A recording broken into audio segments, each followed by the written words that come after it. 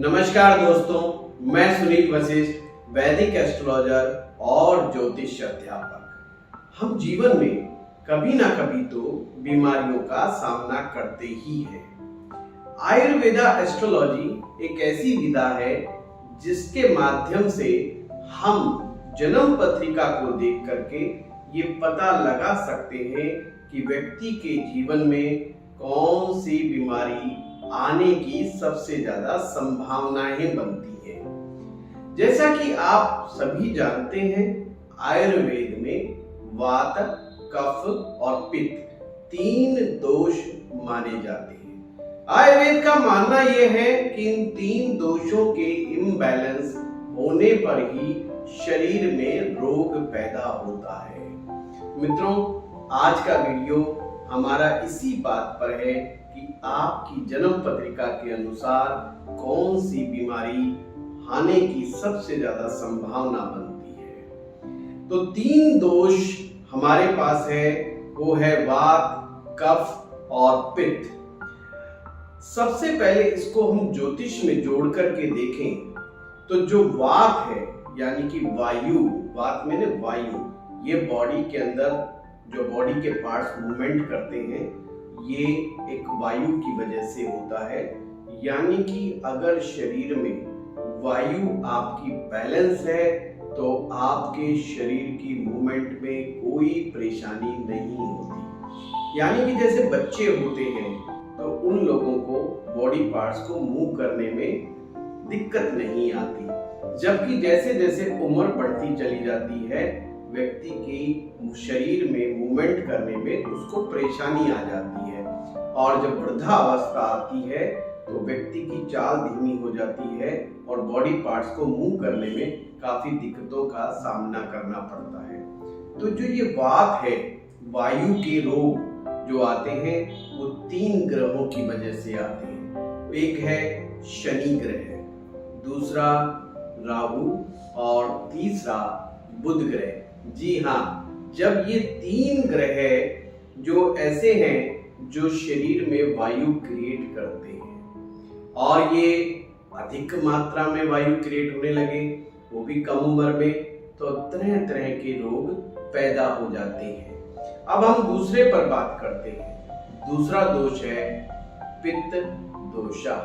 पित्त में हॉट, गर्मी, और ये तीन ग्रहों के द्वारा इसको जोड़ा जाता है।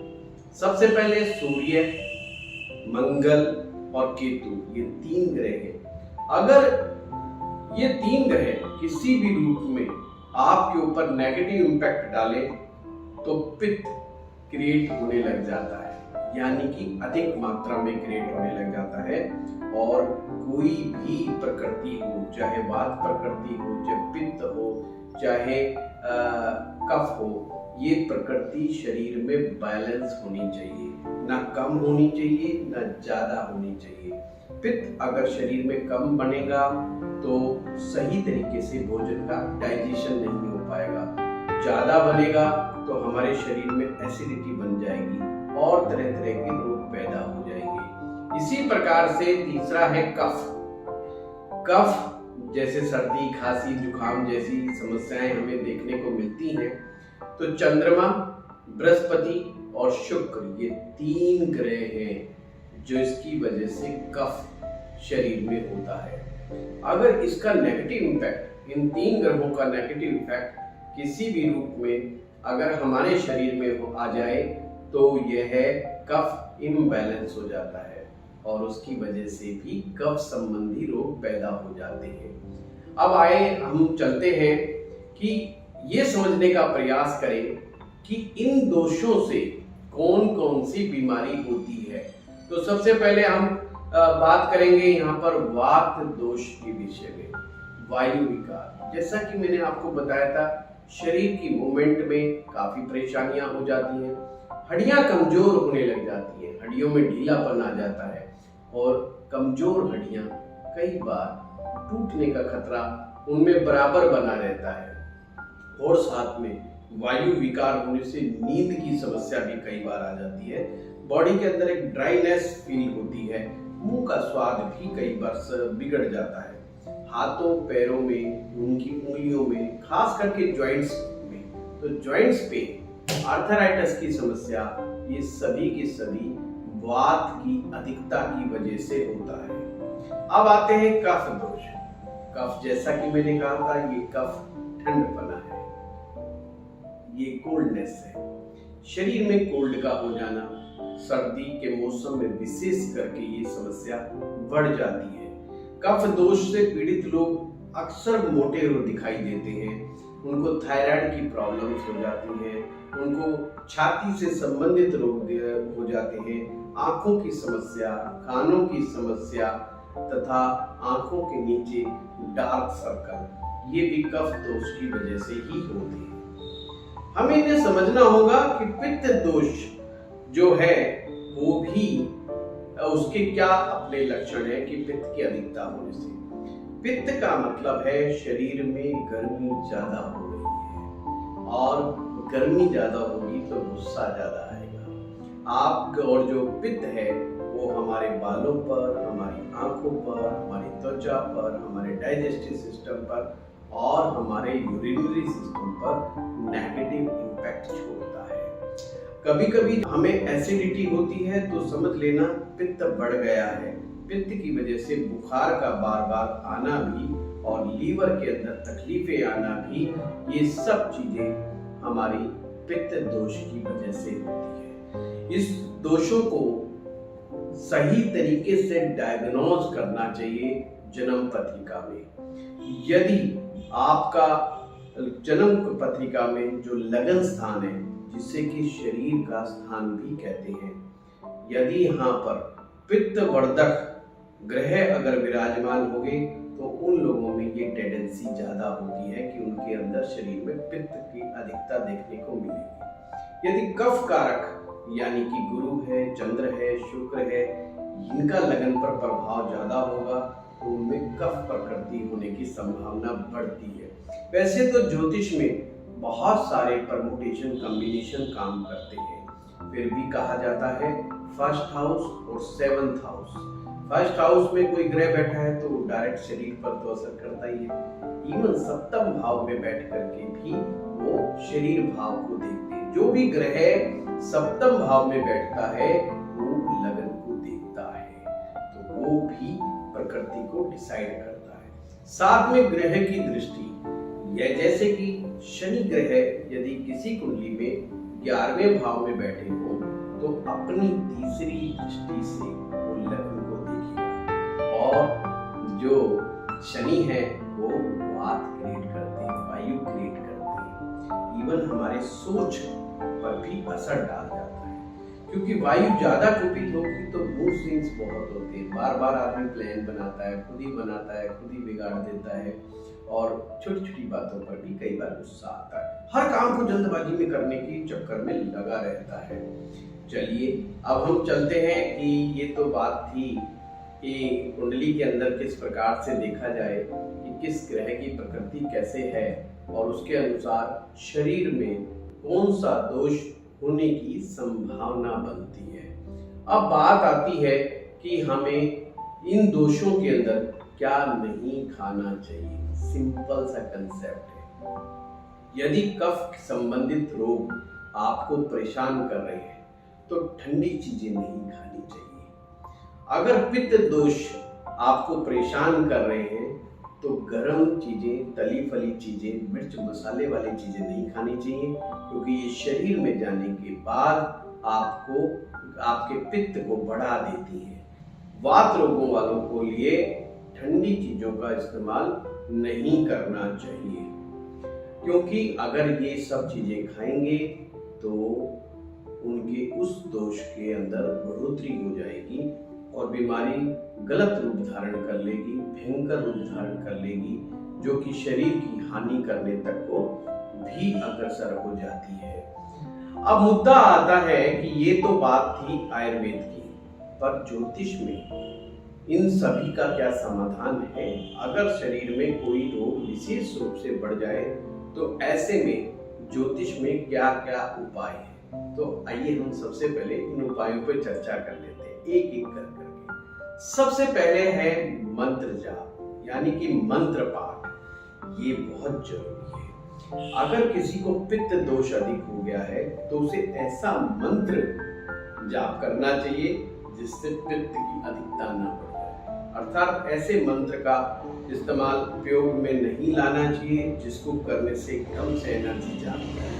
जैसे मैं यहाँ पर एक उदाहरण दूंगा। एक मंत्र है हनुमान जी का, हम हनुमते रुद्रात्मकाय हुम फट। अगर इसको 10 मिनट करके देखिए आप, एकदम से शरीर में ऊर्जा आ जाएगी, तेज आ जाएगा, प्रभाव आ जाएगा। ये पित्त वर्धक मंत्र है। इसकी अपेक्षा अगर ओम नमः शिवाय, ओम नमः शिवाय, ये पित्त को शांत करने वाला मंत्र है। इस प्रकार से मंत्रों का चयन हमें बड़ी ही सावधानी पूर्वक करना चाहिए। इसके लिए किसी मंत्र विशेषज्ञ की सलाह जरूर लें। जब भी शरीर की बीमारियों को दूर करने के लिए किसी भी प्रकार का आप मंत्र जाप करते हैं, चाहे ग्रह शांति के लिए मंत्र जाप करते हैं, तो हमें किसी अच्छे विद्वान से सलाह लेनी चाहिए। और दूसरी सबसे बड़ी बात, जिस ग्रह की वजह से, जिस नक्षत्र की वजह से ये उपद्रव हो रहा है, शरीर के अंदर रोग उत्पन्न हो रहे हैं, उन ग्रह की, उन नक्षत्र की शांति अवश्य ही करानी चाहिए। हाँ, ये बात भी मैं साथ में जोड़ देना चाहता हूँ, मंत्र चमत्कारिक रूप से काम करते हैं, परंतु उन्हें जब तक सही विधि विधान से ना किया जाए वो अपना असर नहीं दिखा पाते। मंत्र को जाप करने का भी अपना एक विधान है, उसमें कुछ नियम है। उन नियमों को फॉलो करते हुए मंत्र का जाप, अनुष्ठान एवं ग्रह शांति करवानी चाहिए। ये आप अभी हमने जो है कुछ समय पहले मंत्र एस्ट्रोलॉजी का कोर्स पूरा चलाया था और उसमें हमने सारी चीजें आपको बताई थी। दूसरा सबसे बड़ा उपाय है वो है उपवास। उपवास की बहुत बड़ी इंपॉर्टेंस है। उपवास करने से इन दोषों में शांति आती है। उपवास को करने से पूर्व उपवास करने का तरीका भी आपको आना चाहिए। एस्ट्रो पाठशाला यूट्यूब चैनल में भी हमारा एक वीडियो है कि उपवास किस प्रकार से किया जाना चाहिए। उपवास ग्रहों से संबंधित भी होते हैं और हमारे शरीर के दोषों से संबंधित भी होते हैं। उनका सही तरीके से उपयोग करने के लिए व्रत करने से पहले, उपवास करने से पहले आपको विशेषज्ञ की राय लेनी अति आवश्यक है। तीसरा है दान। दान बहुत ही इफेक्टिव रेमेडी है मित्रों। दान, जो ग्रह आपके शरीर में रोग दे रहा है उससे ग्रह से संबंधित दान आपको करना आरंभ कर देना चाहिए और विधि विधान से दान होना चाहिए। दान देने में भी आपको किसी विशेषज्ञ की राय अवश्य ही लेनी चाहिए। दान दो प्रकार के होते हैं, एक सकाम और एक होता है निष्काम। सकाम का मतलब है जब आप किसी ग्रह बाधा को, नक्षत्र बाधा को दूर करने के लिए, अपने रोग को दूर करने के लिए जब आप ग्रहों से संबंधित दान करते हैं तो ऐसे में नियमों को फॉलो करना बहुत जरूरी हो जाता है। ये कहलाता है सकाम। जैसे कि मैं एग्जाम्पल के रूप में कहूं कि अगर आपकी कुंडली में कोई ग्रह उच्च का है, पावरफुल है, शक्तिशाली है, तो उसका दान, उस ग्रह का दान कभी भी भूल करके नहीं करना चाहिए। तो ये एक सामान्य सा नियम मैंने आपको दान का बताया। जबकि अगर आप निष्काम रूप से कोई दान करते हैं तो उसके लिए किसी नियम की आवश्यकता नहीं। आप जब मन करे आप किसी गरीब को दान दे सकते हो, परंतु उसमें कोई विशेष सामग्री का कोई उल्लेख नहीं है। आप किसी की मदद कर सकते हो, गरीब को शिक्षा का दान दे सकते हो, उनके लिए पुस्तकों का अरेंजमेंट कर सकते हो, कुछ भी। फिर आप कुछ भी का मतलब कुछ भी, क्योंकि वो आप निष्काम भाव से कर रहे हो। वैसे निष्काम भाव से किए गए दान की महत्ता बहुत ऊपर मानी गई है। फिर भी सकाम दान जो करते हैं उससे ग्रह दोष शांत होता है। अब आगे हम चलते हैं चौथे नंबर पर, फोर्थ। वो है योगाभ्यास एवं प्राणायाम। ये प्रूवन साइंस है कि जो लोग नित्य योग करते हैं, प्राणायाम करते हैं, उनके शरीर के अंदर या तो रोग आते ही नहीं, और आ भी जाए तो वो जल्दी ही शीघ्रतापूर्वक शांत हो जाते हैं। तो नित्य हमें योगाभ्यास एवं प्राणायाम का अभ्यास करते रहना चाहिए। और हाँ, प्राणायाम के बारे में और योगाभ्यास के बारे में यहाँ फिर मैं एक बार कहूँगा, जो एक्सपर्ट योगा टीचर हैं, जो एक्सपर्ट हैं प्राणायाम के, उन्हीं के सानिध्य में ये प्रैक्टिस आपको करनी चाहिए। फिर है नंबर 5, उत्तम खान पान। इसके बारे में तो हम हर किसी से सुनते हैं, अपने परिवारजनों से भी सुनते हैं कि खान पान उत्तम होना चाहिए, अच्छा होना चाहिए। उत्तम का मतलब ये नहीं कि बहुत गरिष्ठ भोजन होना चाहिए या जिसमें ड्राई फ्रूट्स ज्यादा हो, ऐसा नहीं, अपितु शुद्ध होना चाहिए। ऐसा भोजन करना चाहिए जो हमें पुस्तों से खाते आ रहे हैं, तो यानी कि हमारे जो पूर्वज जो भोजन करते आए हैं उससे रिलेटेड और लोकल भोजन करना चाहिए। और खास करके ऋतु सम्यक, यानी ऋतु जो आपको ऋतु आज्ञा देती, ऋतु का मतलब मौसम के अनुसार आपको भोजन करना चाहिए। जैसे अभी इस समय गर्मी आने वाली हो गई है और गर्मियों के मौसम में हमें तरल पदार्थ ज्यादा लेने चाहिए, मिर्च मसाले वाली चीजों को त्याग कर देना चाहिए, गरिष्ठ भोजन नहीं खाना चाहिए, ज्यादा हैवी भोजन बिल्कुल भी गर्मियों में अच्छा नहीं माना जाता। उसकी अपेक्षा सर्दियों में यही चीज अच्छी हो जाती है। आप अगर थोड़ा बहुत ज्यादा खा भी लेते हैं तो वो भी हो जाएगा, सही माना जाएगा। तो आपको खान पान के मामले में आयुर्वेद में जो बताया गया है, यानी कि मौसम के अनुसार आपको अपनी शरीर की प्रकृति के अनुसार ही भोजन करना चाहिए, और साथ में अपने कार्य के अनुसार। यदि आप ज्यादा मेहनत वाला काम करते हैं तो आप थोड़ा बहुत हैवी खाना भी खा सकते हैं, पर अगर आप मेहनत का कार्य नहीं करते, एक जगह बैठे रहते हैं, तो आपको हल्का भोजन करना चाहिए। सबसे ज्यादा इफेक्टिव रेमेडी वो है नंबर 6 पे है ध्यान, मेडिटेशन। मेडिटेशन भारत देश की देन है। कब से आदिकाल से ऋषि मुनि ध्यान करते आए हैं, और ध्यान बहुत ही इफेक्टिव टेक्निक है मानसिक शांति के लिए, शरीर के रोगों को शांत करने के लिए, चाहे वो ब्लड प्रेशर हो, चाहे ज्यादा कोलेस्ट्रॉल बढ़ा हुआ हो, हार्ट की कोई प्रॉब्लम हो, या डायबिटीज हो, और भी जो नाम आप बीमारियों के ले सकते हैं।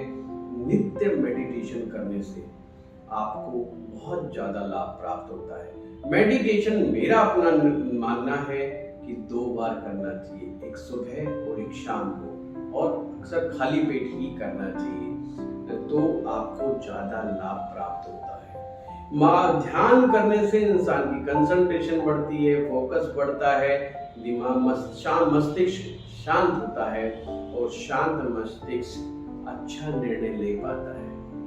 तो मित्रों, ये 6 उपाय आज आपको हमने बताए।